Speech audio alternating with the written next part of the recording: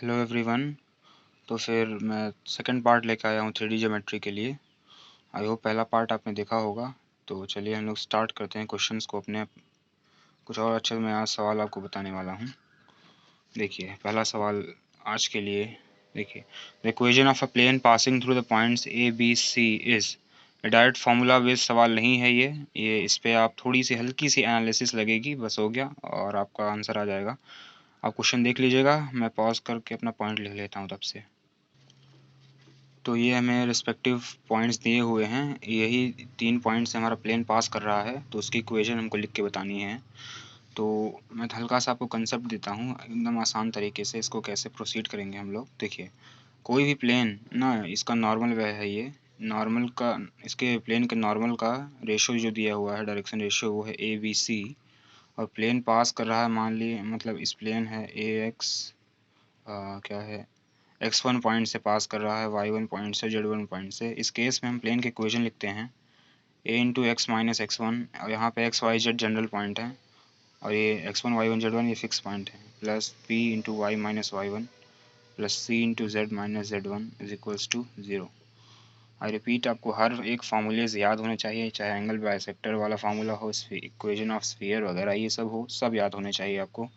इस चैप्टर में आप सवाल सच में कह रहा हूँ आप बना के आ सकते हो, आपने थोड़ा सा फोकस कर लिया तो देखिए, ये प्लेन हमारे है, जब एक प्लेन जो है एक पॉइंट से पास कर रहा है x1 y1 z1 से, तो हम लोग क्या करते हैं, पहले अपना जनरल कंसेप्ट लगाते हैं। ये मान लिया ये पॉइंट ए है, ये जो हम रिक्वायर्ड प्लेन है, जो हमें प्लेन निकालना है, मान लिया यही प्लेन है, जिसका डायरेक्शन नॉर्मल के डायरेक्शन रेशो दिया हुआ है ए बी सी। ठीक है, तो आप चुपचाप से इसको यहाँ पे आप सेटिस्फाई करवा दो। ये प्लेन अगर यहाँ से पास कर रहा है, जनरल सी बात है, सेटिस्फाई करेगा ही करेगा। A into x minus one plus b into y minus two plus c into z plus one is equals to 0। ठीक है, ठीक है, आई होप समझ में आया होगा। मैंने कुछ नहीं किया है, बस ए पॉइंट को यहाँ पे संतुष्ट करा दिया है, क्योंकि यहीं से पास कर रहा है हमारा प्लेन। अब बी पॉइंट देखिए और सी पॉइंट देखिए, बोल रहा है कि ये प्लेन तीनों पॉइंट से पास कर रहा है, तो बी को भी आप सेटिस्फाई करा दो और सी को सेटिस्फाई करा दो। इसको मैंने बोल दिया इक्वेशन नंबर 1। तो इक्वेशन 1 में बी एंड सी को आप यहाँ पर सेटिस्फाई कराओगे, तो पहले बी को सेटिस्फाई कराएंगे। ये हो जाएगा हमारा ए इंटू हो जाएगा एक्स की वैल्यू हो जाएगी 2 minus one plus b into one minus two plus c into three plus four is equals to 0। हो जाएगा हमारा ए माइनस बी प्लस ये कितना हो जाएगा 3, और यहाँ पे 1 है यार, हो जाएगा 4c इज इक्वल्स टू 0। इसको इक्वेशन नंबर सेकंड कहा। अब आप चुपचाप से पॉइंट सी को भी इक्वेशन नंबर 1 में सेटिस्फाई करवा दो। ये हो जाएगा हमारा ए इंटू हो जाएगा 1 माइनस 1, ठीक है, हो जाएगा प्लस बी, और ये हो जाएगा कितना 0 माइनस 2 प्लस सी इंटू कितना हो जाएगा 4 प्लस 1 इज इक्वल्स टू 0। ये हो जाएगा 0 times a minus 2 times b plus 5 times c is equals to 0। Equation number इसको मैंने थर्ड बोल दिया। देखिए, इक्वेशन 1 हमको जनरलाइज तरीके से हमने कैलकुलेट करके निकाली, तो हमको और ए बी सी मिल गए। ए बी सी कोई डायरेक्शन रेशियो है जो प्लेन के नॉर्मल के होते हैं। आई रिपीट, जैसे आपको कभी प्लेन दिया हो a x plus b y plus c plus d is equals to 0, जहाँ पे ए बी सी जो होता है, ये ए बी सी जो होता है, ये प्लेन के नॉर्मल का डायरेक्शन रेशियो होता है। प्लेन का कोई रेशियो नहीं होता, प्लेन का कोई डायरेक्शन रेशियो नहीं होता। प्लेन के नॉर्मल जो लाइन है, नॉर्मल होती है, उसका ये डायरेक्शन रेशियो होता है ए बी सी। तो हमको दो इक्वेशन जो मिले हैं, हम उसको एक मिनट में सेपरेटली लिख लेता हूँ। इसमें हल्की क्लास 10th की मैथ्स लगेगी, मैं आपको पहले ही बता देता हूँ, आपको समझ में आएगा वो चीज़, गारंटी है। प्लस 4 इज इक्वल्स टू 0, और है हमारा 0a। मैं क्यों लिख रहा हूँ ये सब चीज़ें आपको समझ में आएगा अभी। Plus 2b plus 5 is equals to 0। देखिए, आपने लीनियर इक्वेशन वन वेरिएबल आपने क्लास 10 में जब पढ़ा होगा, तो वहाँ पे एक होता है क्रॉस मल्टीप्लिकेशन मेथड, जहाँ पे एक्स वाई जेड सेपरेटली अगर ऐसे दिए होते हैं, कुछ भी दिए होते हैं, तो हमको निकालना पड़ता है। तो इस तरह से होता था, जैसे क्या ही मैं बताऊँ आपको, मैं डायरेक्ट करके दिखाता हूँ। पहले जैसे आपको ए निकालना है, तो ए को आप ढक लो चुपचाप से, ठीक है। अब आप तिक्खा गुणा करोगे, गुणा मतलब मल्टीप्लाई, आप जानते भी होगे। यहाँ से हम मल्टीप्लाई करोगे बी एंड सी के कोफिशिएंट्स के साथ में, ठीक है। जैसे बी का कोफिशिएंट यहाँ पे -1 इंटू मल्टीप्लाई बाई 5, तो -5 आ जाएगा, और बीच में माइनस साइन लगा दोगे, आप माइनस साइन लगा दोगे। उसके बाद ए को ढका, इसको इससे मल्टीप्लाई किया, इसको इससे मल्टीप्लाई किया भी, ठीक है। तो 2 - 2 मल्टीप्लाइड बाई 4, ठीक है, क्योंकि -2 कोफिशिएंट है यहाँ पे बी का, और यहाँ पे सी है, सी का है 4, ठीक है। और बी ऐसे लिखा रहा, अब बी माइनस में लगता है, बी निकालना है तो बी के कोफिशिएंट को आप ढको, ठीक है। अब तिक्खा गुणा करो ऐसे, तो हो जाएगा 1 मल्टीप्लाइड बाई 5, तो 5 हो जाएगा माइनस, और यहाँ पे ए का कोफिशिएंट है 0, तो 0 से जी को मतलब ही नहीं है, इक्वल टू सी। सेम काम यही करेंगे हम लोग इसमें भी, सी को आप चुपचाप से ढक लीजिए, इसको इधर मल्टीप्लाई करिए, हो जाएगा -2, इसको आप यहाँ मल्टीप्लाई करेंगे, जैसे कि ये चीज़ है, इसको आप ऐसे मल्टीप्लाई करोगे, यहाँ पे 0 ही हो जाएगा, तो -0, ठीक है। ये ऐसे चीज़ लिख ही ले, यहाँ पे आप सॉल्व कर लीजिए, हो जाएगा 8/a/3 is equals to -b/5 is equals to c/-2। अब ये चीज़ यहाँ तक इतनी आ गई, इक्वल टू के होता है, इक्वल टू के आप कांस्टेंट कोई मान लो, यहाँ पे A B C in terms of K निकालो, A B C in terms of K निकालो, तो ए की वैल्यू हो जाएगी 3k, बी की वैल्यू हो जाएगी -5k, और सी की वैल्यू हो जाएगी -2k। आई रिपीट, इसको इसको इक्वेट किया तो ए की वैल्यू ये आई, बी की वैल्यू ये, सी की वैल्यू ये। अब इक्वेशन नंबर 1 जो हमारा था, ये था a into x minus 1 plus b into y minus 2 plus c into z plus 1 is equals to 0, ठीक है। ये इक्वेशन नंबर 1 था, जहाँ पे हमको सिर्फ ए एंड बी एंड सी चाहिए होता है, और ए बी सी आ गया तो हमारा जो रिक्वायर्ड प्लेन है वो भी आ जाएगा, तो वहीं पे आप उठा के पुट कर दीजिए value, 3k into x minus 1 -5k into y minus 2 -2k into z plus 1 is equals to 0। अब k है तो k हर जगह से एलिमिनेट हो जाएगा, 3x -3 -5y माइनस प्लस 10, ये हो जाएगा -2z -2 इज इक्वल्स टू 0। तो हमारा रिक्वायर्ड प्लेन क्या है, 3x -5y -2z, इसको आप सिंप्लीफाई करो तो हो जाएगा +5 इज इक्वल्स टू 0। तो हमारा plane passing through A B C ये निकल के आ गया। तो मैं आपको फिर से समझा देता हूँ, जब एक पॉइंट से प्लेन पास करता है तो उसकी इक्वेशन इस तरह से लिखते हैं, जहाँ पे ए बी सी प्लेन के नॉर्मल के डायरेक्शन रेशियो होता है। ये प्लेन जो है वो ए पॉइंट से पास कर रहा, तो ये पॉइंट्स को मैंने पास करा दिया और उसको इक्वेशन नंबर 1 बोल दिया। और ये बी एन सी से भी पास कर रहा है, तो बी एन सी सेटिस्फाई करके ए बी सी में एक रिलेशन इस्टेब्लिश किया, जिसको इक्वेशन 2 इक्वेशन 3 से वो किया। तो हमने पढ़ा था क्लास 10th वाली इक्वेशन में, 10th वाली मतलब क्लास में, कि इसको ए बी इस तरह के सवालों को कैसे डील करते हैं। जैसे ए आपको निकालना है तो आप ए को ढक लो, एंड बी एंड सी को राइट माइनस लेफ्ट करना है, मतलब पहले राइट वर्ड जैसे आप गुणा करते हो उधर करना, with the sign of coefficients of b and c, ठीक है।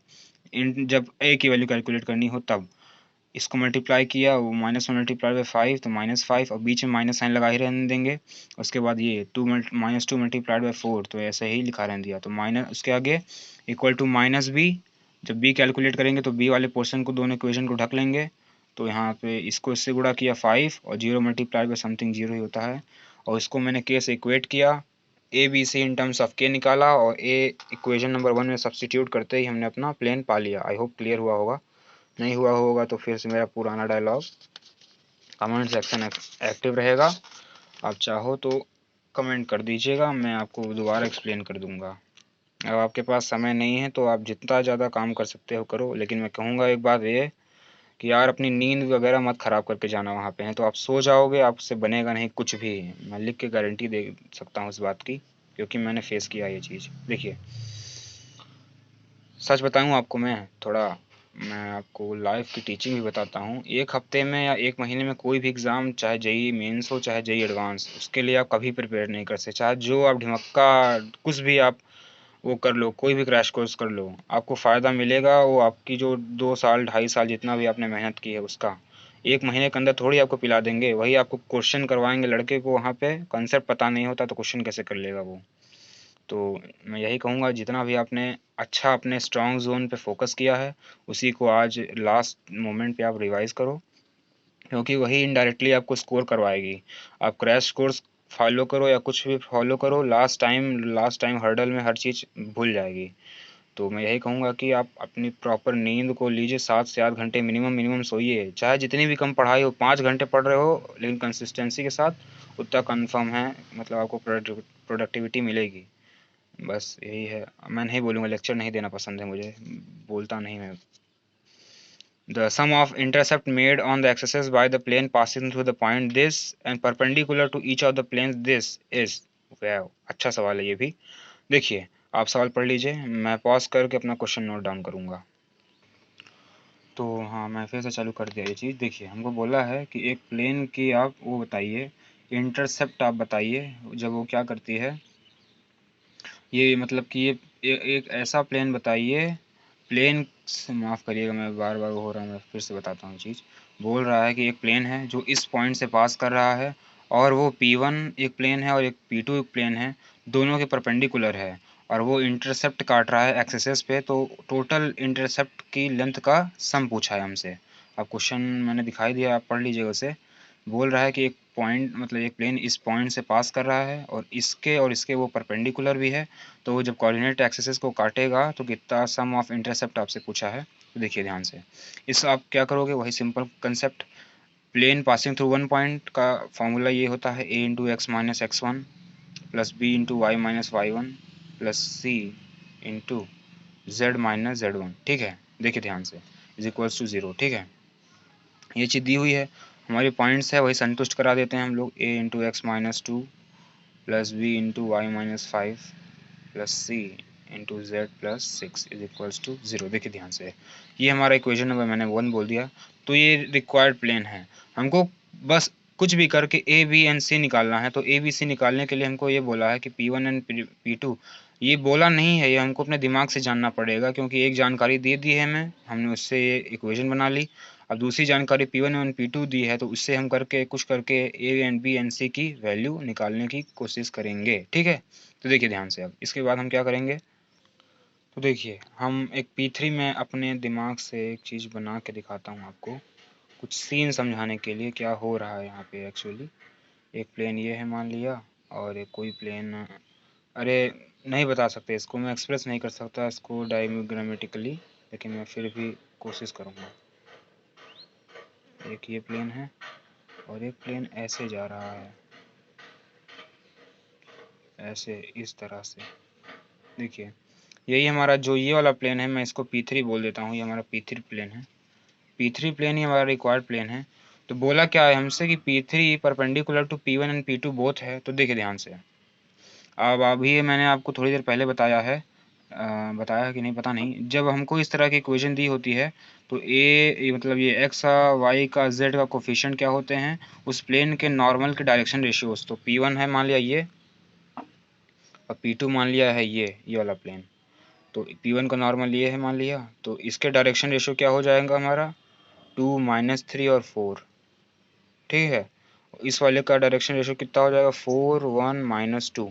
ठीक है, देखिए ध्यान से, अब ये प्लेन है, ठीक है, ये प्लेन इससे परपेंडिकुलर जा रही है, तो इसका जो नॉर्मल होगा, जो इसका नॉर्मल होगा इसके नॉर्मल के साथ भी परपेंडिकुलर होगा, क्योंकि देखिए P3 वाला ऐसा है, P3 का ऐसा है नॉर्मल, तो P3 का नॉर्मल डाउनवर्ड भी हो सकता है, अपवर्ड भी हो सकता है। लेकिन जब प्लेन दोनों आपस में परपेंडिकुलर हैं, P1 एंड P2 आपस में P1 and P2 both are perpendicular to P3, तो उनके नॉर्मल्स जो होंगे वो भी P3 के नॉर्मल के साथ में परपेंडिकुलर होंगे। आई रिपीट, मैं फिर से कहता हूँ ये चीज़ कि P1 and P2 are perpendicular to P3, तो उनके जो रेस्पेक्टिव नॉर्मल्स होंगे वो भी आपस में एक दूसरे के परपेंडिकुलर होंगे। और नॉर्मल्स होते क्या हैं, लाइंस हैं। तो नॉर्मल मान लिया N1 है हमारा क्या, P1 का नॉर्मल, और N2 है हमारा P2 का नॉर्मल, और N3 क्या है हमारा, P3 का नॉर्मल। तो P1 is perpendicular to P3, इसका मतलब क्या हुआ, N1 परपेंडिकुलर टू N3, और P2 is also perpendicular to P3, तो N2 is also perpendicular to N3। ठीक है, तो इसी रिलेशन से ये लाइन दी हुई है हमको। अब मैंने आपको बताया था पिछले वाले वीडियो में कि जब दो लाइंस आपस में म्यूचुअली परपेंडिकुलर होती हैं तो उनके डायरेक्शन रेशियोज़ के प्रोडक्ट का सम हमेशा क्या आता है, ज़ीरो आता है। ठीक है, तो इसका डायरेक्शन रेशियो हमारा P3 का क्या है, A B and C। P3 के लिए मैं लिख लेता हूँ A B and C। P2 के लिए मैं लिख लेता हूँ डायरेक्शन रेशियो कितना है, 4 1 माइनस 2। और P1 के लिए मैं लिख लेता हूँ डायरेक्शन रेशियो, वो है हमारा 2 माइनस 3 और 4। देखिए ध्यान से, ये है P3 का, ये P2 का, ये P1 का, तो इसके नॉर्मल्स आपस में परपेंडिकुलर हैं। तो जब दो लाइंस आपस में परपेंडिकुलर होती हैं तो उनके नॉर्मल्स, उनके डायरेक्शन रेशियोज के मल्टीपल का सम, मल्टीप्लिकेशन का सम 0 होता है। तो इसको आप मल्टीप्लाई करो डायरेक्ट, दो इक्वेशन, दो अननोन बनेगी, हो जाएगा 4a plus b minus 2 c equal to 0। Equation number मैंने इसको मान लिया सेकेंड, और इसको आप मल्टीप्लाई करो 2a माइनस 3b, ये हो जाएगा plus 4c is equals to 0। इसको मैंने कहा इक्वेशन नंबर 3। ठीक है, तो पिछले वाले सवाल की तरह हम भी इस बार भी ए बी सी की वैल्यू हमारी टास्क है, क्योंकि इक्वेशन नंबर 1 जो हमने बनाया है, इक्वेशन नंबर 1 में जैसे ही हम सब्सटीट्यूट कर देंगे वैल्यू तो हमारा रिक्वायर्ड प्लेन आ जाएगी। अब देखिए ध्यान से, तो इसको सॉल्व करेंगे हम लोग। ए ऐसे लिखा रहा, ए के कोफिशिएंट को आपने ढका और इसको मल्टीप्लाई किया, तो 1 मल्टीप्लाइड बाई 4 कितना हो गया 4, माइनस आगे लगाया, माइनस लगाया, इसको गुणा करेंगे तो 3 माइनस 2 तो हो जाएगा 6, क्योंकि माइनस माइनस आपस में प्लस हो जाएंगे, इक्वल टू माइनस बी को अब ढका, अब बी को ऐसे किया, यहाँ से यहाँ मल्टीप्लाई किया तो हो जाएगा 16, आगे माइनस लगाया, जब इसको करेंगे तो ये हो जाएगा कितना -2 multiplied by 2 is equals to c upon c को ढका, इसको मल्टीप्लाई किया -12, आगे माइनस लगाया तो 2 मल्टीप्लाइड बाई ये हो जाएगा 2, a upon -2 is equals to b minus b upon 420 हो जाएगा ये। आई होप ये सही है, मैंने सही किया है ना, ए 4 ऐसे लिखा, हाँ सही है एकदम। तो ये हो जाएगा कितना 16 और ये माइनस माइनस 4 तो हो जाएगा 20 is equals to c upon -14। ठीक है, अब इसको आप क्या कर लोगे, के मान लोगे, ए को रिलेट करिए -2 के आएगा, बी को रिलेट करिए -20 के आएगा, सी को आप रिलेट करोगे तो -14 के आएगा। ठीक है, ये तीन इक्वेशन आ गई A B C in terms of K. अब के की वैल्यू आप चुपचाप से इक्वेशन नंबर 1 में उठा के सब्सटीट्यूट कर दीजिए। तो हम यहाँ पे आप सब्सटीट्यूट करेंगे वैल्यू, ए की वैल्यू है हमारी कितनी -2 के, इक्वेशन मैंने सब्सटीट्यूट किया है, यह है x -2 और इसकी वैल्यू है -20 के, यह है y -5, ये हो जाएगा -14 के ऐसे लिखा रहा, तो z है तो z plus 6 is equals to 0।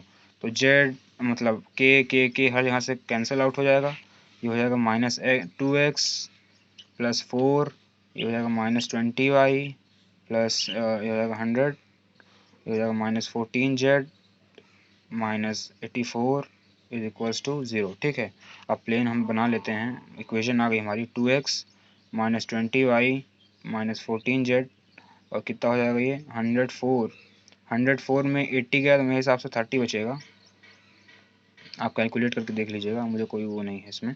देखिए ध्यान से, अब ये चीज़ है, अब देखिए ये चीज़ हमने प्लेन की इक्वेशन निकाल ली है। जब प्लेन की इक्वेशन आप निकाल लोगे, देखिए ध्यान से, अब प्लेन की इक्वेशन आ गई है तो हमको अब पूछा है कि सम ऑफ इंटरसेप्ट। अब देखिए ध्यान से, मान लिया उसने capital A, capital B, capital C, ये तीनों इंटरसेप्ट इस प्लेन ने काटा जब उसने एक्स को क्रॉस किया, वाई को क्रॉस किया, एंड जेड को क्रॉस किया। जब कोई पॉइंट मतलब जब उसको क्रॉस करेगा एक्स एक्सिस को, एक्स एक्सिस पे हमारा वाई एंड जेड 0 होता है और वहाँ पे एक्स का इंटरसेप्ट का रोल ए प्ले कर रहा है, तो ए उठा के पुट कर देंगे हम लोग। पहले मैं अच्छे से लिख लेता हूँ, प्लेन हमारा आ गया कितना 2x -20y -14z plus 30 is equals to 0।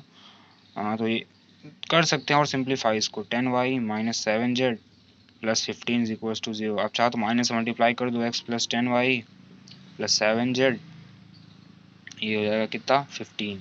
ठीक है, अब देखिए यही आया।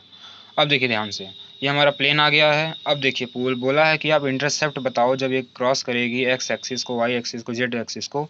तो मान लिया ए इंटरसेप्ट बनता है जब क्रॉस करती है ये एक्स एक्सिस को, बी इंटरसेप्ट बनता है जब वाई एक्सिस को, एंड सी बोलता है जब जेड एक्सिस को।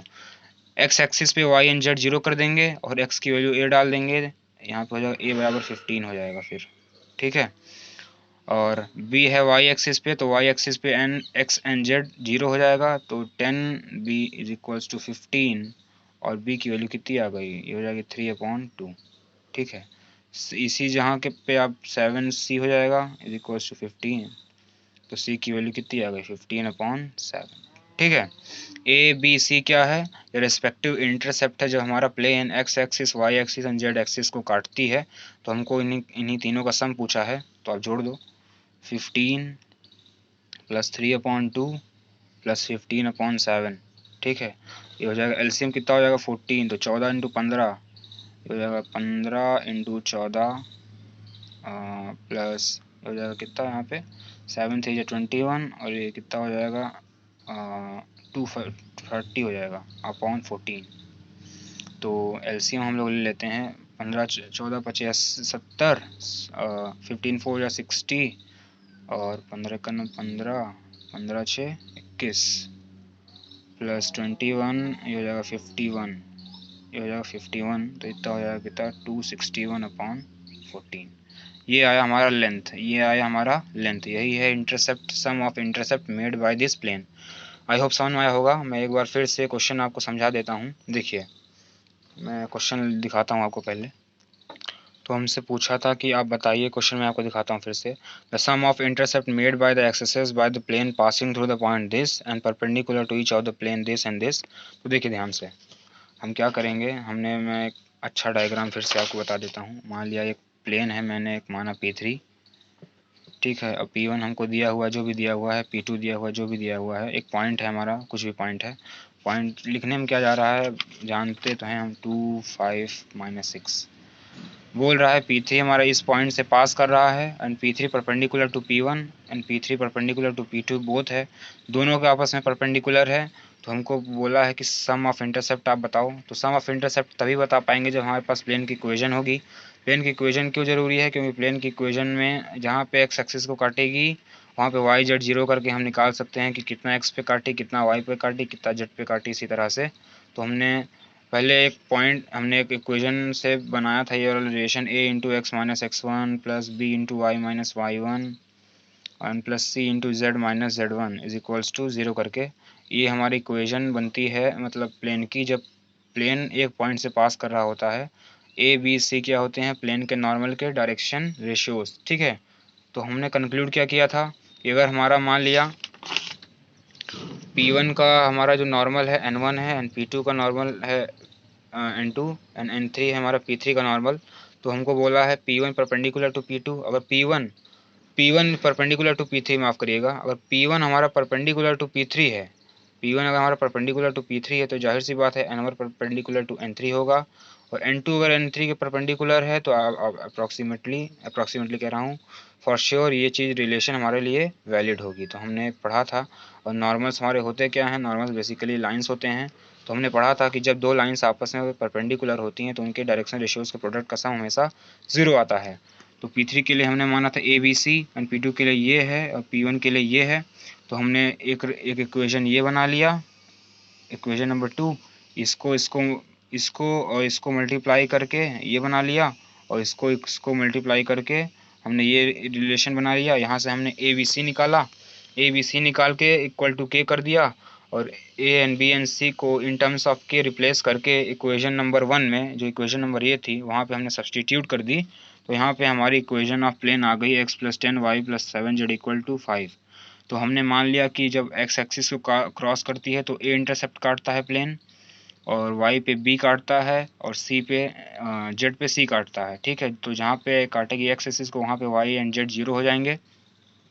y एंड z को 0 करते ही A मिल गया, सिमिलरली हमको हमारा B मिल गया, सिमिलरली हमको C मिल गया। तो यही इस तीनों इंटरसेप्ट हैं, उनको जोड़ दिया तो हमारा रेस्पेक्टिव आंसर आ गया। आई होप क्लियर हुआ होगा, ठीक है। नहीं हुआ होगा तो आप बता दीजिएगा, मैं फिर से समझा दूंगा। आइए अगले सवाल पे मूव करें, नहीं तो आज भी फिर से लंबी वीडियो ही बनेगी, हो सकता है लंबी। तो आप घबराइएगा मत, आपको समझ में आएगा हर चीज़, ये गारंटी है। देखिए ध्यान से, the equation of a line of intersection of plane this and this respectively cutting x y plane is. अच्छा, तो आप क्वेश्चन पढ़ लो, मैं लिख लेता हूँ तब से क्वेश्चन। तो मैंने सवाल लिख लिया है, ये मैंने सवाल लिखा। देखिए हमको दो प्लेन दिया हुआ है, अब बोल रहा है कि इंटरसेक्शन जहाँ पे ये करती हैं तो जो लाइन बनती है, लाइन ऑफ इंटरसेक्शन, उसकी इक्वेशन आप लिख के बताइए हमें जब वो काटती है हमारा एक्स वाई प्लेन पे, ठीक है। तो देखिए मैंने एक प्लेन ऐसा कुछ एज्यूम कर लिया, इसको मैंने P1 बोला, इसको मैंने बोला क्या P2, ठीक है। ये हो गई ये, और मान लिया ऐसे एक प्लेन है हमारा, इस तरह से आपस में दोनों कैंसल आउट कर रहे हैं एक दूसरे को। इसको जो भी है P1 P2 बोल दिया, कोई दिक्कत नहीं है, ठीक है। तो जो ये लाइन ऑफ इंटरसेक्शन है, ये हमको इस लाइन की इक्वेशन हमको डिमांड किया कि आप बताइए कि इस लाइन की क्या इक्वेशन होगी। इसका नॉर्मल क्या दिया हुआ है P1 के लिए, ये हो जाएगा 1, ये हो जाएगा 1 कॉमा -2 कॉमा 1, ठीक है। और इस वाले के लिए दिया हुआ है हमारा प्लेन के लिए, यह है 2 1 -3, ठीक है। तो मान लिया ए पी है पॉइंट और ये है क्यू पॉइंट, जहाँ पे ये लाइन है पी क्यू लाइन की इक्वेशन हमको निकालनी है। तो मान लिया इसका डायरेक्शन रेशियो हमारा ए बी एन सी है। इसका डायरेक्शन रेशियो क्या है, ए बी एन सी। देखिए ध्यान से आप, कोई भी प्लेन हो, चाहे P1 कहें चाहे P2 कहें, जो हमारा ये लाइन है, ये क्या है लाइन, ठीक है। जो ये लाइन है हमारी, वो हमेशा क्या रहेगी, एक परपेंडिकुलर पे रहेगी, हमेशा क्या रहेगी, परपेंडिकुलर रहेगी इन दोनों रेस्पेक्टिव नॉर्मल से। आप ऐसे इसके, अगर इस नॉर्मल को आप यहाँ पे शिफ्ट कर दोगे तो ये कुछ इस तरह का नॉर्मल बिहेव करेगी, इस तरह से नॉर्मल बिहेव करेगी। ये मतलब ये 90 डिग्री से बनाएगी ही बनाएगी इसका नॉर्मल, P1 का नॉर्मल। सिमिलर कंडीशन हमारा है P2 के साथ में, तो P2 भी कुछ झुका हुआ नॉर्मल बनाएगा, इस तरह वाला झुका हुआ नॉर्मल बनाएगा, मतलब इस तरह वाला नॉर्मल बनाएगा। इन मतलब कंक्लूजन यही है कि जो होगा ये PQ लाइन हमेशा नॉर्मल्स के परपेंडिकुलर ही होगी, ठीक है। तो अब नॉर्मल्स क्या है, लाइन। अब देखिए मैं कहता हूँ ना, हर बार प्रॉपर्टीज का इस्तेमाल होगा, ये बहुत ही स्टैंडर्ड रिजल्ट है, इसीलिए याद करा जाता है हम लोगों को। देखिए इसका डायरेक्शन रेशियो ये है, इसका डायरेक्शन रेशियो ये है, और इसका डायरेक्शन रेशियो ये है। आप चुपचाप से क्या करो, यहाँ पे ए बी एन सी की आप वैल्यूज आप फाइंड आउट करने की कोशिश करिए। तो a B c find out करने के लिए क्या करेंगे हम, this multiplied by this 2a plus b minus 3c is equal to 0, sum product of sum of direction ratio is equal to 0, वही वाली प्रॉपर्टी से इसको इक्वेशन नंबर 1 बोल दिया। और इसको मल्टीप्लाई करेंगे तो हो जाएगा हमारा a minus 2b plus c is equal to 0, इसको बोल दिया इक्वेशन नंबर 2, ठीक है। ये पहली इक्वेशन और ये हमारी क्या होगी, दूसरी इक्वेशन। दो इक्वेशन, दो अननोन कोई भी आप कैलकुलेट कर सकते हो। तो दो क्या, तीन अननोन है, ए एन बी एंड सी। क्योंकि आखिरी में ये इन टर्म्स ऑफ वन वेरिएबल आता है, वो के, तो हम लिख लेते हैं पहले 2a plus b minus 3c is equal to 0, और एक है हमारा a minus 2b plus c is equal to 0। A को आप ढकोगे, आप ए को निकालना है तो ए को ढको, कोफिशिएंट्स को मल्टीप्लाई करो तो यहाँ पे हो जाएगा 1, माइनस लगा साइन में, -2 मल्टीप्लाई बाय -3 तो -6 प्लस 6 हो जाएगा इक्वल्स टू माइनस बी। यार ये आप मेरे हिसाब से आपको आता ही होगा, ये क्लास 10th में हम लोगों को पढ़ाया गया था। इसको ढक लिया बी को, इसको इससे मल्टीप्लाई कर दिया तो हो जाएगा 2, बी ही है तो इसको यहाँ से मल्टीप्लाई करेंगे आगे माइनस लगा करके, ये हो जाएगा -3। आई होप समझ में आ रहा होगा। सी अपॉन इसको ढक लिया तो हो जाएगा -4, एक माइनस लगा के तो 1 मल्टीप्लाई बाई 1 तो 1 ही हो गया। और a upon -5 is equals to, ये हो जाएगा क्या, -b upon 5 is equals to c upon -5। इसको मैंने k को दिखा दिया। a b and c in terms of k निकालिए, a हो जाएगा -5k, b बराबर हो जाएगा -5k एंड c भी बराबर हो जाएगा -5k। तो ठीक ही है, कोई दिक्कत नहीं है इसमें। अब देखिए ध्यान से, अब हमको देखिए लाइन की इक्वेशन जैसे हम 2D में लिखते हैं तो हमको 2D में दो चीज़ चाहिए होता है, एक पासिंग पॉइंट और एक दूसरा होता है लाइन का स्लोप। उसी तरह 3D में हमको एक डायरेक्शन रेशियो चाहिए होता है किसी भी लाइन का, और उसका एक पासिंग पॉइंट पता हो जाए तो हम उस लाइन की इक्वेशन लिख सकते हैं। तो पासिंग पॉइंट निकालने के लिए हमको बोला है कि जो प्लेन है हमारा एक्स वाई प्लेन को कट करता है, जहाँ पे एक्स वाई प्लेन को अगर कट करेगा वहाँ पे जेड कोऑर्डिनेट जीरो कर दीजिए, P1 और P2 दोनों के लिए जेड को जीरो करेंगे हम। एक आएगी x minus 2y equal to 2, ये हो जाएगी 2x प्लस वाई। हमने कुछ एडिशनल नहीं किया है अपने से, उसी ने बोला है कि एक्स वाई प्लेन को क्रॉस करती है, तो एक्स वाई प्लेन को जहाँ पे क्रॉस करेगी वहाँ पे जेड का कोई इन्वॉल्वमेंट रहेगा ही नहीं, तो मैंने जेड को जीरो कर दिया। दो इक्वेशन, दो अननोन, यही पासिंग पॉइंट हो जाएंगे हमारे। आप इसको क्या करो, यहाँ पे 2 से आप मल्टीप्लाई कर दीजिए, x minus 2y equal to 2। इसको आप क्या बोल दो, आप इक्वेशन नंबर 4 क्या था ये, इसको 3 बोल दीजिए, इसको बोल दीजिए 4।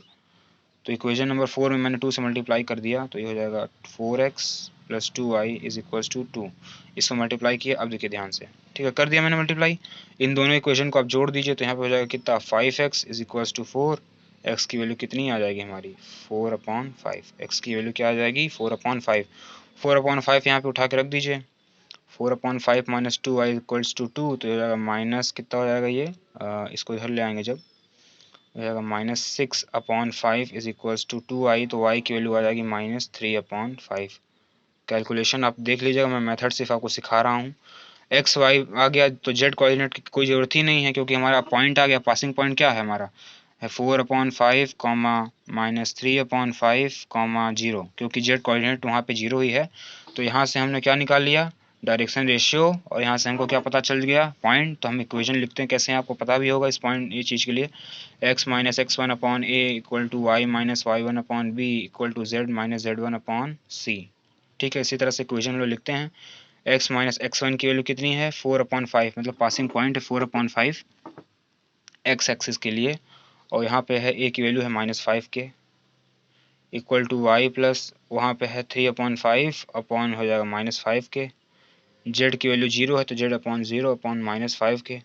अब क्या करो, के से कैंसिल हो जाएगा, के हर जगह कैंसिल हो गया, कैंसिल आउट हो गया, माइनस से मल्टीप्लाई कर देंगे तो कोई फर्क पड़ेगा नहीं, तो हो जाएगा -4/5 अपॉन कितना हो जाएगा, 5 से मल्टीप्लाई कर देते हैं तो हो जाएगा 1 equal to y plus 3/5 upon 1 equal to z minus 0/1। तो यहाँ पे मैंने -5 से मल्टीप्लाई किया है, सब में -5 से मल्टीप्लाई कर देंगे तो ये कैंसिल आउट हो जाएगा, तो इक्वेशन ऑफ लाइन आ गई। मैं फिर से एक बार समझाता हूँ आपको। देखिए, हमको इक्वेशन में दिया हुआ था कि P1 एंड P2 जो ये प्लेन्स हैं आपस में इंटरसेक्ट कर रहे हैं, तो आप इंटरसेक्टिंग लाइन जो है, जहाँ पे लाइन ऑफ इंटरसेक्शन है, वो उसकी इक्वेशन आप लिख के बताओ। मैंने उसको PQ लाइन से डिनोट कर दिया। तो जो PQ का डायरेक्शन रेशियो मैंने मान लिया ABC, और हम P1 एंड P2 के नॉर्मल के डायरेक्शन रेशियो हमको ज्ञात हैं, क्योंकि यही चीज़ होते हैं, एक्स वाई जेड के कोफिशिएंट्स ही प्लेन के नॉर्मल के डायरेक्शन रेशियो होते हैं। ठीक है, तो चाहे जो भी हो, पी क्यू लाइन के लिए इसका नॉर्मल और इसका नॉर्मल हमेशा परपेंडिकुलर ही होगा। तो हमने ये रिलेशन पढ़ा था कि जब लाइंस आपस में परपेंडिकुलर हों, उनके डायरेक्शन रेशियो का सम हमेशा 0 होता है। तो यहाँ पे 0 करके निकाल दिया। यहाँ से करते करते ए बी सी की वैल्यू फाइंड आउट करी, उसको के इन टर्म्स ऑफ के निकाल लिया। ये हमारा हो गया डायरेक्शन रेशियो ऑफ लाइन। हमको पासिंग पॉइंट चाहिए होता है। पासिंग पॉइंट के लिए हमको बताया कि प्लेन हमारा एक्स वाई प्लेन को क्रॉस कर रहा है, तो एक्स वाई प्लेन में हमारा जेड का कोई रोल नहीं, जेड को 0 करके हमने एक्स वाई की वैल्यू निकाल ली। एक्स की वैल्यू -4/5, वाई की वैल्यू -3/5। तो इस फॉर्मूले को इस्तेमाल करके हमने लाइन की इक्वेशन निकाल ली है। ठीक है, आई होप समझ में आया होगा। अगले क्वेश्चन पे हम लोग जंप करेंगे, अब जल्दी जल्दी करेंगे। अगला हमारा सवाल मैं लाता हूँ आपके पास, ये रहा, देखिए ध्यान से। The equation of line p p dash where p is a point 1, -2, 3 and p dash is the image of the point p with respect to plane this is, oh my god. तो ठीक है, मैं निकालता हूँ, देखिए ध्यान से। मैं पॉज करूँगा, क्वेश्चन लिख लूँ मैं। तो देखिए हम लोग करेंगे क्या, मैंने लिख लिया सवाल जो हमने दिया था, हमें दिया हुआ है, मतलब इस, हाँ देखिए देखिए, एक पी पॉइंट है और एक प्लेन है। तो बोल रहा है कि पी पॉइंट का जो इमेज है with respect to this plane हमारा ये है पी डैश। मैंने उसको alpha beta and gamma assume कर लिया है। तो हमको पी डैश की इक्वेशन पता है, तो हमको सिर्फ एक टास्क होना चाहिए हमारा इसमें कि अल्फ़ा बीटा एंड गामा निकाल दें। गामा अल्फ़ा बीटा गामा निकाल देंगे अगर, तो हमने कल आपको सवाल में एक बताया था एक फार्मूला, कि जब दो लाइंस दी होती हैं, उसमें का कोऑर्डिनेट दिया होता है, तो उसकी लाइन कैसे लिखते हैं। तो जब जब लिखेंगे तो बता ही देंगे, एक बार और से रिपीट करके। तो हमारा टास्क होगा alpha and beta and gamma को कैलकुलेट करना। ना तो मान लिया जहाँ पे line p p dash plane को इंटरसेक्ट कर रही है, उसको मान लिया मैंने पी पॉइंट, और इसका हो जाएगा एक्स वाई जेड मान लिया कोऑर्डिनेट। ठीक है, तो इसका जो नॉर्मल का जो हमारा वो है डायरेक्शन रेशियो इस प्लेन का, वो है 2, -1, जेड। अब आप ध्यान से देखो, पी एल, ये एल है, ये पी एल लाइन जो है वो क्या है, इस वाले नॉर्मल के पैरेलल है। पी एल लाइन है, ये भी 3D लाइन ही है। तो पी एल लाइन जो है वो इस वाले लाइन के क्या है, पैरेलल है। तो जो इसका डायरेक्शन रेशियो होगा वही इसका डायरेक्शन रेशियो होगा। तो इसका भी डायरेक्शन रेशियो कितना हो जाएगा, 2, 1, 2। ठीक है, 1 है यहाँ पे, माफ़ करिएगा, यहाँ पे 1 है यार। एक्स वाई जेड के कोफिशिएंट्स ही होते हैं, जहाँ तक है मेरी बात क्या, इसकी बात। तो ये हो गया। मैंने कहा क्या कि देखिए पी एल लाइन क्या है, ये इसके नॉर्मल के डायरेक्शन, नॉर्मल का जो है प्लेन का जो नॉर्मल है उसके पर वो है पैरेलल है। तो जो लाइन आपस में अगर पैरेलल होती है, जैसे 2D में उनका स्लोप सेम होता है, उसी तरह से 3D में उसका डायरेक्शन रेशियो सेम होगा। तो एक हमें पासिंग पॉइंट क्या है, पासिंग ये लाइन पी एल लाइन कहाँ से पास कर रही है, इस पॉइंट से। इसका डायरेक्शन रेशियो भी पता है, तो हम इक्वेशन ऑफ ये लिख लेते हैं पी एल। तो x माइनस x1 की value 1 upon direction ratio 2 equal to y minus, ये हो जाएगा 2 अपॉन हो जाएगा -1 is equals to z -3/1। I repeat, मैं फिर से बता देता हूँ मैंने क्या किया है। ये नॉर्मल होता है ये इसका प्लेन का, उसका डायरेक्शन रेशो दिया हुआ है हमें 2,1,-1। अब मत कहिएगा कि ये कहाँ से आ रहा है, नहीं तो आप भूल जाओ, नहीं होगा आपसे कुछ। और हमने पी एल लाइन एक अज्यूम कर ली अपने से, एल है हमारा जहाँ पे एक काट रही है प्लेन को, पी एल लाइन, ठीक है। उसका coordinate x y z general point मान लिया हमने प्लेन पर, एक्स वाई जेड। तो पी एल की इक्वेशन हम निकाल सकते हैं, क्योंकि पी एल हमारा पास कर रहा है पी पॉइंट से, और वो उसका डायरेक्शन रेशियो इसके बराबर ही होगा, तो हमने इसका इक्वेशन निकाल लिया। अब इस लाइन ही है, लाइन को हम अब लैम्डा मान लेते हैं। X in terms of lambda निकालते हैं, एक्स क्योंकि वेरिएबल ही है, एक्स हो जाएगा 2 lambda plus 1, y is equals to, ये हो जाएगा माइनस लैम्डा माइनस 2, जेड की वैल्यू हो जाएगी, ये हो जाएगा लैम्डा प्लस 3। मैंने 1 मिनट में लिख के भी दिखा देता हूँ, तो आप लोग खुश जाओगे। Z -3/1 upon lambda. लैंग्वेज पे मेरे गौर मत करिएगा, लैंग्वेज चाहे जो हो, लेकिन मन एकदम साफ है। मैंने क्या किया है, एक्स, अब ये लाइन हमने निकाली पी एल की, इसको लैम्डा माना, x y z in terms of lambda निकाल। अब देखिए ध्यान, मतलब ध्यान से, माफ़ करिएगा, एल जो पॉइंट है वो क्या है हमारा, पी एल लाइन और प्लेन का इंटरसेक्शन पॉइंट है। P l line and l, l क्या कहते हैं, पी एल लाइन और प्लेन का इंटरसेक्शन पॉइंट है। तो जाहिर सी बात है, जो भी x and y and z की वैल्यू होगी जो पी एल लाइन पर लाई कर रही है, वही पॉइंट प्लेन पे भी लाई करेगा। हम क्या करेंगे चुपचाप से, यही एक्स वाई जेड पॉइंट इसमें प्लेन में उठा के सेटिस्फाई करवा देंगे। तो x y z in terms of lambda निकाला है, वही उठा के यहाँ पे सेटिस्फाई आप करा दो। 2, यहाँ पे एक्स की वैल्यू हो जाएगी 2 लैम्डा प्लस 1, माइनस वाई यहाँ पे है minus lambda minus 2, plus z की वैल्यू है lambda plus 3 is equals to 3, ठीक है। इक्वल टू 3 है यहाँ पे लिखा हुआ है, ठीक है, इक्वल टू 3 में लिख लेता हूँ अच्छे से।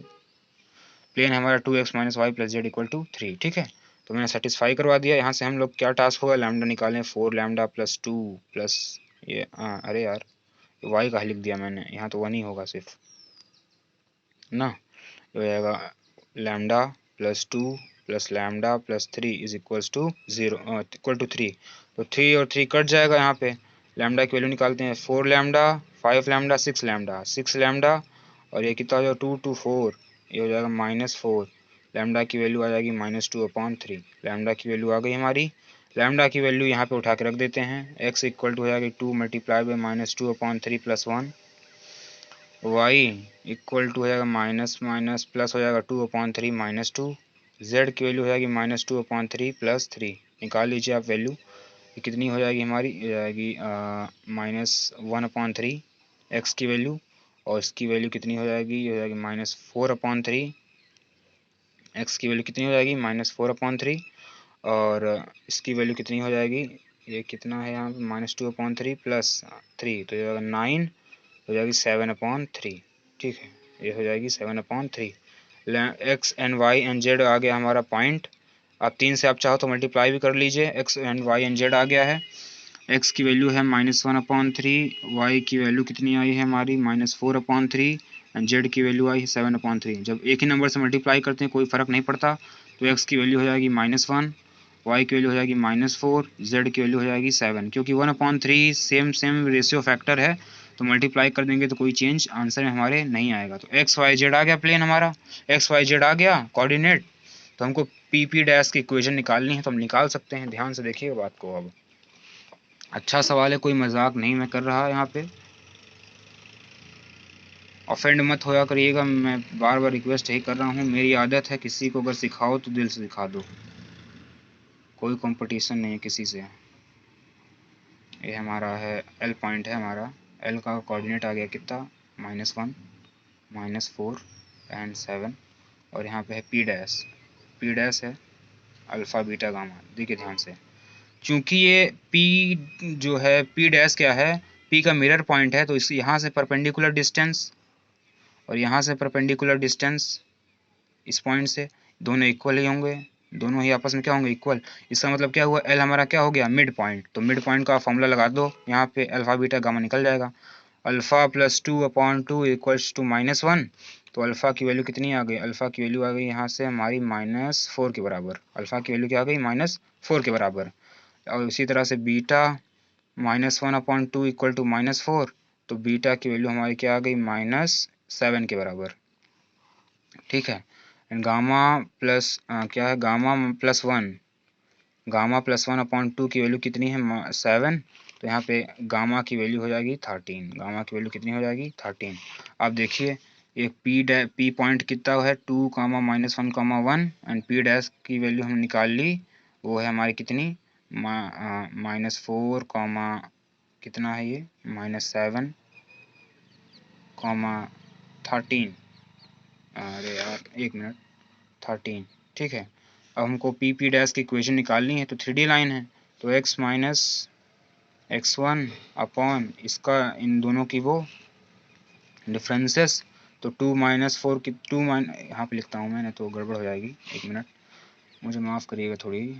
p हो जाएगा 2, -1, अब p डैश हमारा हो जाएगा कितना, ये है हमारा कितना है -4, -7, 13, ठीक है।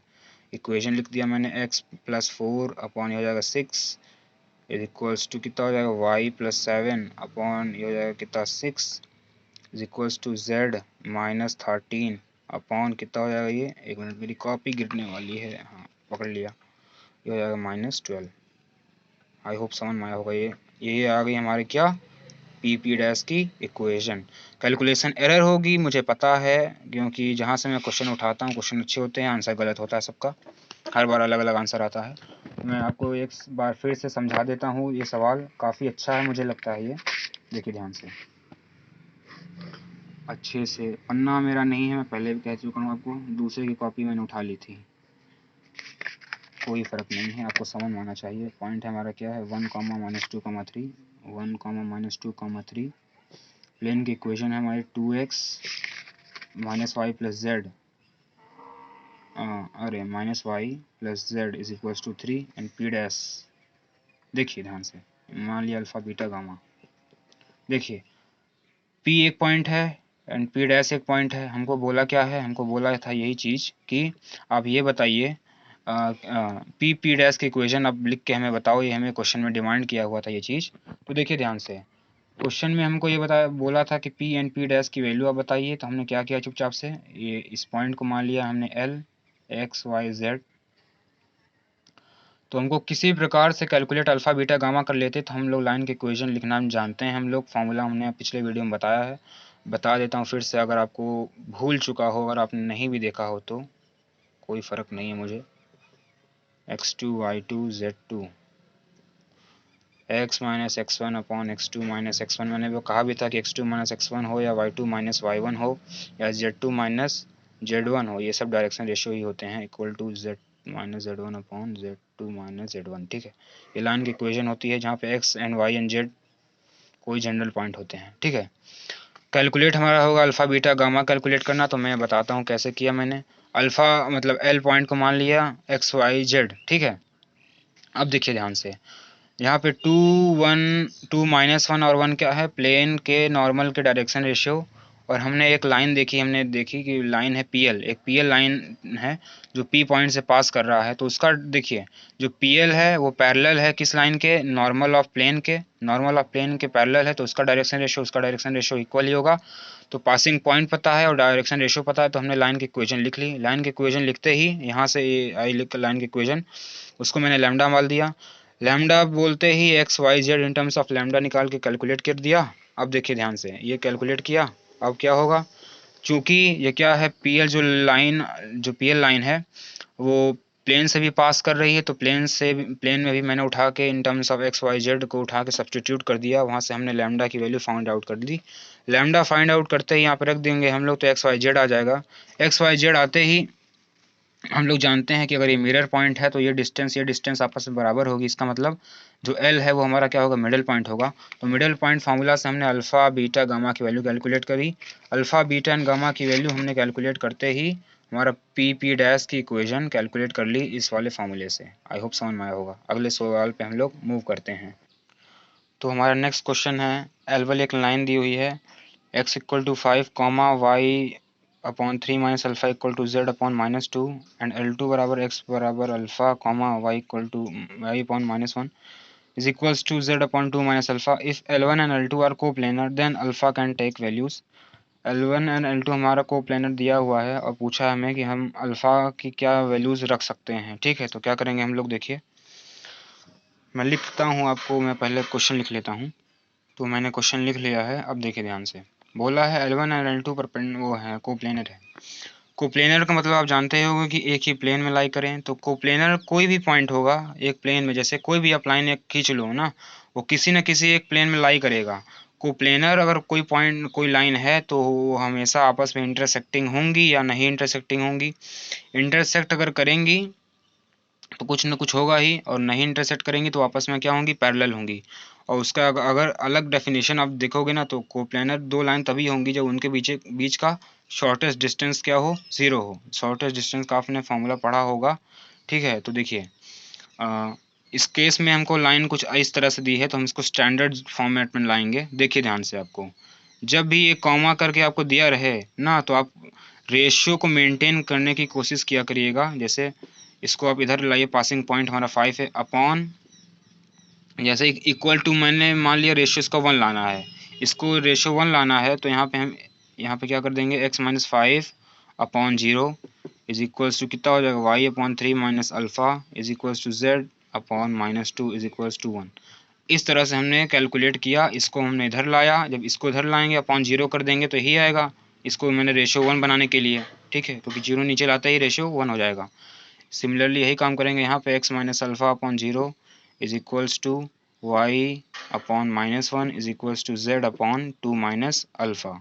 तो हमने एक लाइन ऐसे मतलब अच्छे फॉर्मेट में लिख ली, एक लाइन ये और एक लाइन ये, दोनों लाइन यही चीज़ हैं, L1 एंड L2 ही हैं।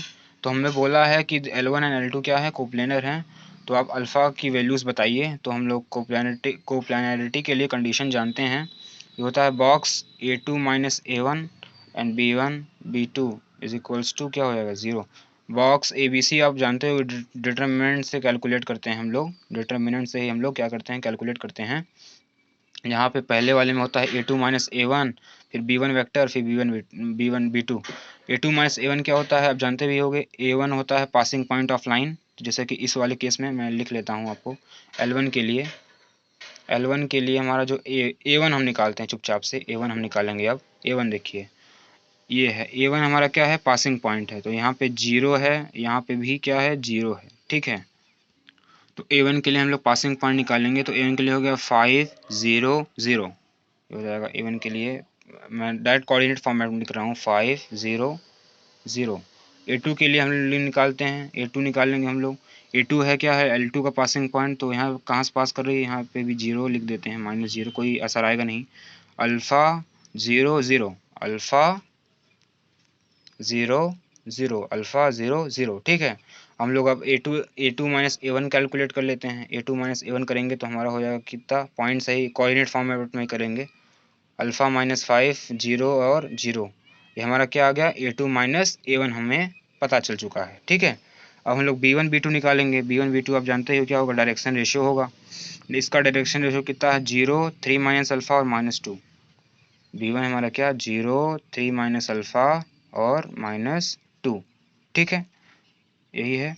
और इसके लिए है 0 -1, और B2 के लिए हमारा 0 -1 एंड -2 माइनस अल्फ़ा। B1 है और B2 है, ये क्या है, डायरेक्शन रेशियोज़ हैं L1 एंड L2 के। और A1 एंड A2 क्या है, passing points of the line. ठीक है, तो हम फार्मूले का इस्तेमाल करेंगे, बॉक्स ABC का ये 0 हो जाएगा, A2 माइनस A1 और B1 और B2 0। इसको डिटर्मिनेंट मेथड से कैलकुलेट करेंगे हम लोग। डिटर्मिनेंट मेथड से जब जाएंगे तो हमारा हो जाएगा ऐसा।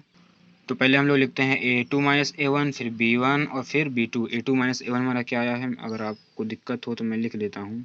A2 माइनस A1 की वैल्यू कितनी आई है हमारी, ये है, वो है अल्फ़ा माइनस 5 0 और 0, अल्फ़ा माइनस 5 0 और 0। और उसके लिए हमारा B1 भी हमें कुछ पता है। B1 हमारा है 0 3 माइनस अल्फ़ा -2, और B2 भी हमको पता है हमारा। B2 है हमारा क्या है, 0 -1 और -2 माइनस अल्फ़ा। वही उठा के हम सब्सटीट्यूट करेंगे यहाँ पे, हो जाएगा अल्फ़ा माइनस 5 0 0, ये हो जाएगा 0 3 माइनस अल्फ़ा, और हो जाएगा -2, ये हो जाएगा 0 -1 -2 minus alpha is equals to 0।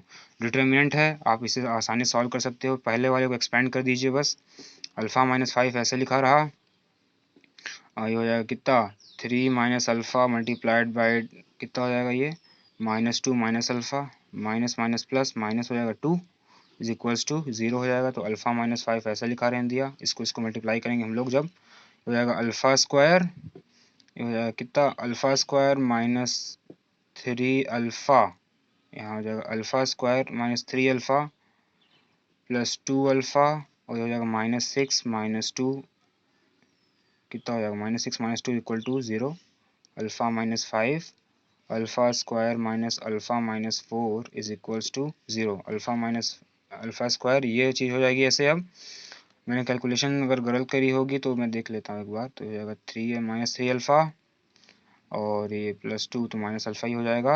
ये हो जाएगा कितना -2 और 3 तो -6 और -2 सही एकदम। अल्फ़ा यहाँ से एक अल्फ़ा की वैल्यू कितनी आ गई 5, और यहाँ से हो जाएगी alpha square minus alpha minus 4 की वैल्यू 0। जाहिर सी बात है इसका रेशनल रूट्स आएंगे, तो अल्फ़ा की वैल्यू आप निकाल भी सकते हो। 1 प्लस माइनस बी स्क्वायर कितना हो जाएगा ये बी स्क्वायर 1 प्लस 4 चौक 36 अपॉन 2। तो ये इसके रेशनल रूट आएंगे इस तरह से कुछ करके, ये रेशनल रूट्स कंजुगेट पेयर्स में आएंगे। तो अल्फ़ा की वैल्यू क्या आ गई है 5, तो अल्फ़ा की वैल्यू क्या है हमारी 5। आई रिपीट, मैं फिर से ये सवाल आपको समझा ही देता हूँ। देखिए जब ऐसे आपको सवाल दिया रहे इस तरह से, तो लाइन को स्टैंडर्ड फॉर्मेट में लिखिएगा, L1 एंड L2 को। कंडीशन ऑफ कोप्लानरिटी ये होता है box ABC 0, A2 minus A1, B1 and B2 0। A1 and A2 क्या होते हैं passing points of the line, तो मैंने उसको कोऑर्डिनेट सिस्टम में लिख दिया, अच्छा लगता है देखने में। और A2 माइनस A1 कैलकुलेट किया, B1 B2 हमको पता है, हमने चुपचाप से बस डिटरमिनेंट की वैल्यू पुट करके अपना अल्फ़ा की वैल्यू डिटरमाइन कर ली है। तो लास्ट सवाल पे ऊपर आते हैं हम लोग आज के लिए। बस हमारा जो लास्ट क्वेश्चन है उसको हम फाइंड आउट करेंगे। देखिए ध्यान से, the equation of a plane passing through the 1,1,1 and perpendicular to the planes this and this is. हमको एक प्लेन की इक्वेशन निकालनी है जो कि इस पॉइंट से पास कर रहा है, और ये प्लेन है, दो प्लेन दिए हुए हैं, उसके ये प्लेन हमारा जो रिक्वायर्ड प्लेन है वो उन दोनों के क्या है परपेंडिकुलर है। तो आइए हम लोग उसको कैलकुलेट करते हैं। तो मैंने पॉज किया था क्वेश्चन लिखने के लिए। तो देखिए हमें एक पॉइंट दिया हुआ है P3, मतलब एक पॉइंट दिया हुआ है, मान लिए 1 है, 1,1,1 एक प्लेन है जो इस पॉइंट से पास कर रहा है, और वो इस प्लेन के भी परपेंडिकुलर है और ये इस प्लेन के भी परपेंडिकुलर है।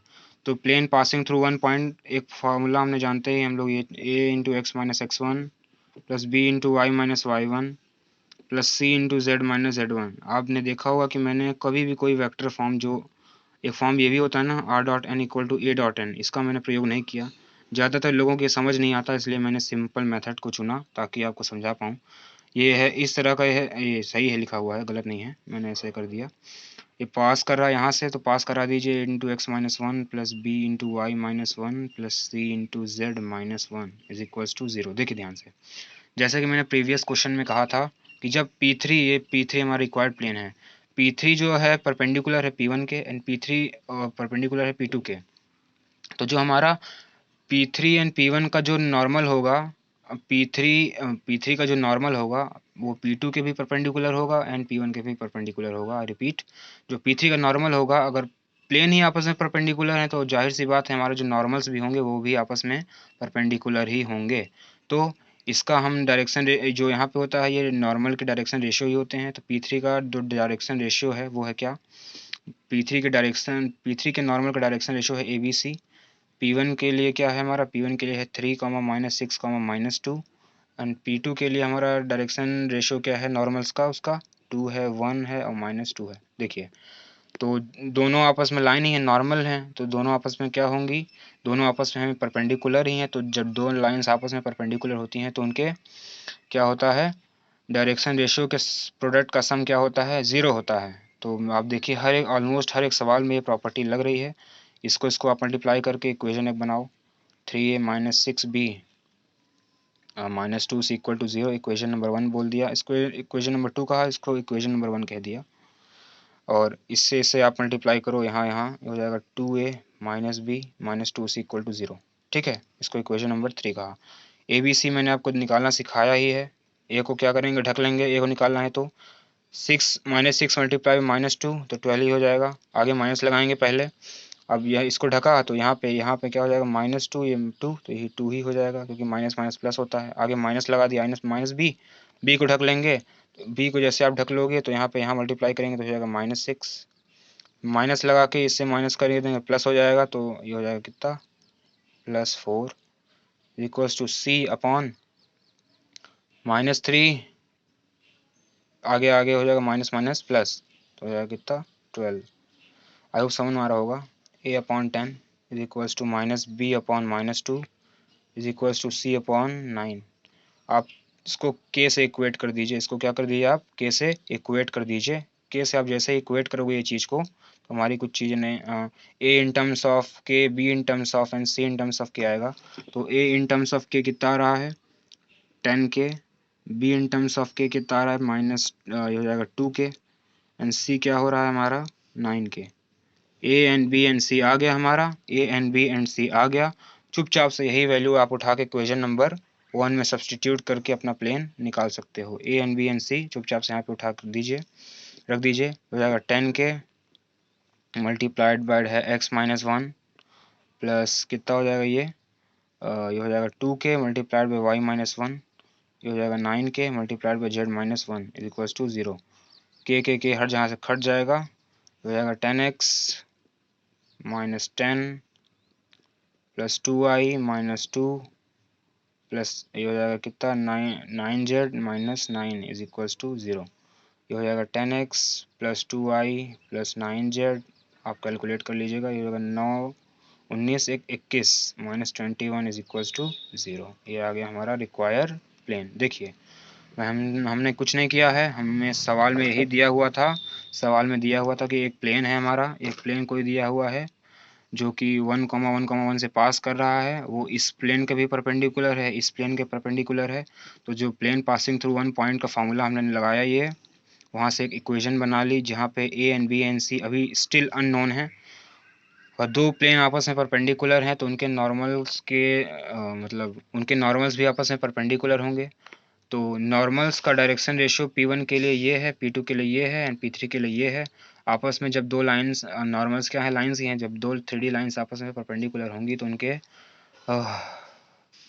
उनके डायरेक्शन रेशियो के प्रोडक्ट का सम 0 होगा। तो मैंने इक्वेशन निकाली, ए एंड बी एंड सी को मैंने कैलकुलेट किया इन टर्म्स, और उसके बाद के से इक्वेट कर दिया।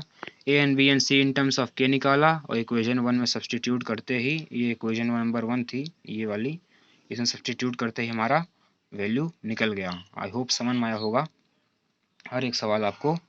तो एक और वीडियो, लास्ट वीडियो मैं आपके लिए बनाऊंगा। इसके बाद मैं कोई वीडियो नहीं बनाऊंगा। इसके बाद आप अपना अच्छे से पढ़ाई करिए। तब से मैं एक बार ओवरव्यू आपको दे देता हूं सवालों की। शायद हो सकता है मैं जल्दी से स्किप कर दिया। तो पहला सवाल ये था आज का, दूसरा सवाल ये था। मैं कह रहा हूँ, रिपीट कर रहा हूँ कि जिस किताब से मैंने लेता हूँ वो आंसर, वो पता नहीं क्या है, मेरी किस्मत ख़राब है या क्या है पता नहीं, वो आंसर ही वो लोग गलत छाप के देते हैं। मेथड आपको मैंने सिखाया है। तो ये है एक तीसरा वाला सवाल जो मैंने आज कराया आपको। ये है चौथा वाला सवाल। ये है एक और सवाल, और ये है और सवाल, लास्ट वाला सवाल जो अभी मैंने किया। ठीक है, तो देखिए ध्यान से। तो यही चीज़ें हैं, सवाल हैं हमारे। तो आई होप सब कुछ आपको समझ में आया होगा। जो नहीं समझ में आया होगा आप पिन डाउन कर दीजिएगा, मैं आराम से आपको समझा दूंगा।